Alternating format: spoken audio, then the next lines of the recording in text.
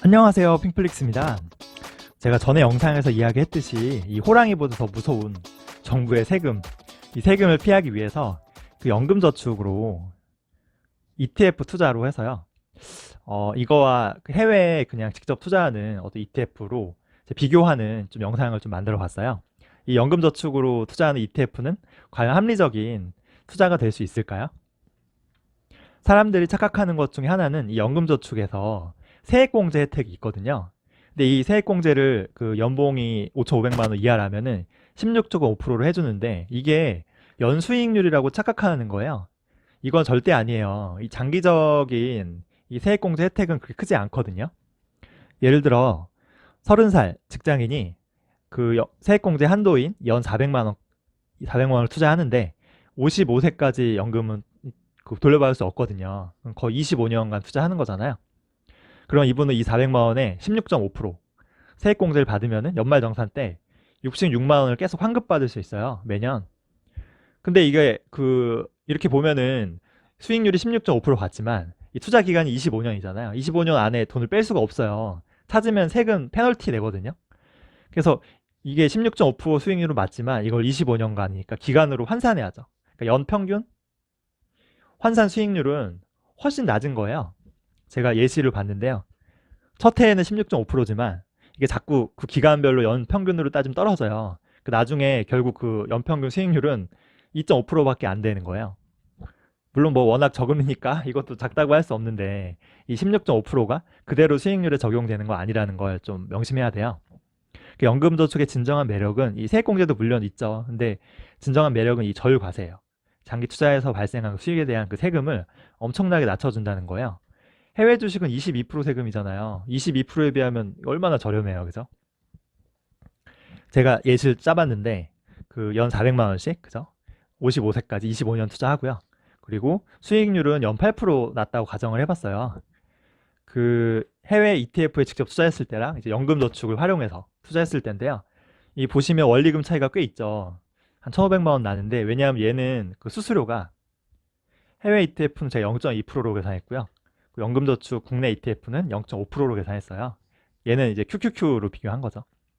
연금저축의 단점은 이 해외 ETF를 직접 투자 못 한다는 거예요. 이 국내에 상장된 거밖에 할 수 없다 보니까 수수료 측면에서 좀 아쉽죠.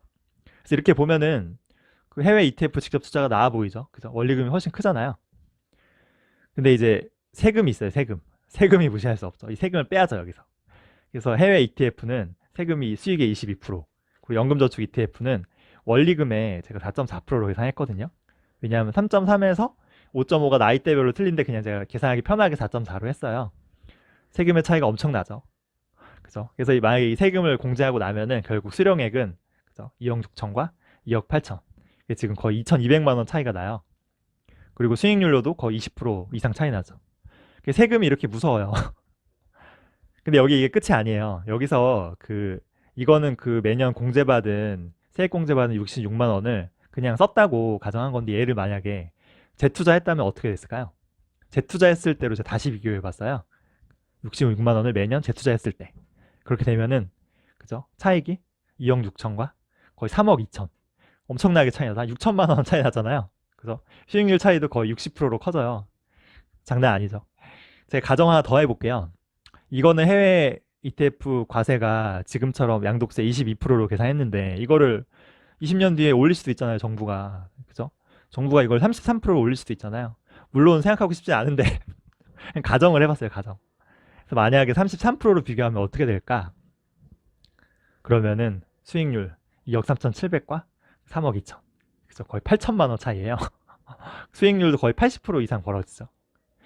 그래서 결론적으로 연금저축이 국내 상장 ETF만 해야 되기 때문에 다양성이나 어떤 수수료 측면에서 좀 불리한 점은 있는데 이 세금 측면에서는 메리트가 있다. 그죠? 그래서 그나마 좋은 ETF를 잘 골라서 투자한다면 이 연금 수령 목적으로는 이쪽이 좀 더 나을 수도 있을 것 같아요. 어떻게든 또 세금을 거두려고 이렇게 혈안이 되어 있는 이 정부와 미래의 정부는 더 심해질 거예요. 이 정보가 이 증세의 강도가 더 앞으로 강해질 거라고 예상하면요. 내 노후를 위해서 연금저축 혜택을 이용하는 거는 좀 현명한 선택 같기도 해요. 연금저축의 세율은 건들지 않겠죠, 미래에. 제발. 제발 건들지 않기를.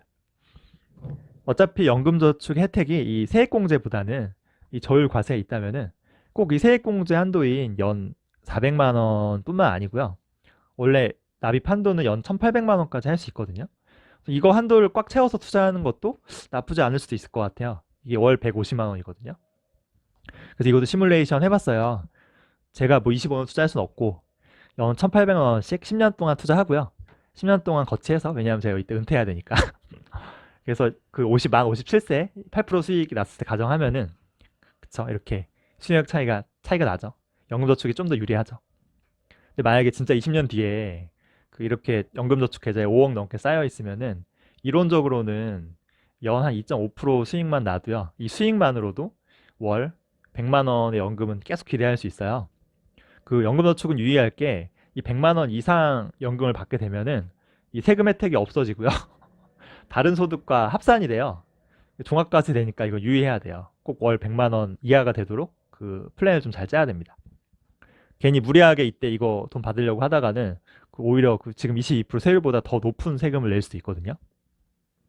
사실 이렇게 큰 돈이 있으면은 아마 월 100만 원까지만 연금 받는다고 하면 이거 평생 다 써보지도 못하고 죽을 수도 있어요. 그러니까 이거를 내 투자 기간, 그죠? 투자 기간과 그 은퇴 시점 뭐 이런 걸 잘 고려해서 잘 좀 플랜을 짜야 될 것 같아요.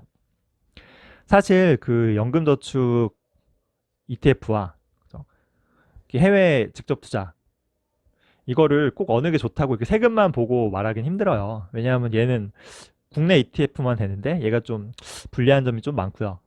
또 과연 이 해외의 수익률을 과연 얘가 따라갈 수 있을 것인지 약간 의심도 들거든요.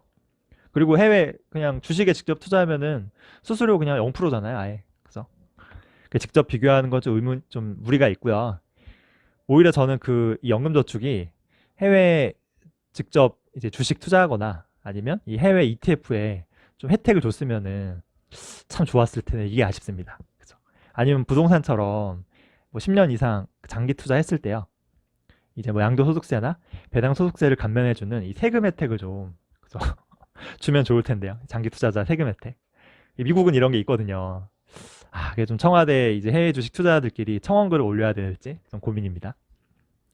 어쨌든 현실은 뭐 연금저축은 이제 국내 상장된 그 ETF밖에 투자할 수 없기 때문에 국내 상장된 이 ETF 중에서 글로벌, 제가 좋아하는 글로벌 1등 기업에 투자하면서, 그죠? 수수료도 좀 괜찮은 그런 ETF가 뭐가 있는지 제가 다음 영상에서 공유하도록 하겠습니다. 준비한 내용은 여기까지고요.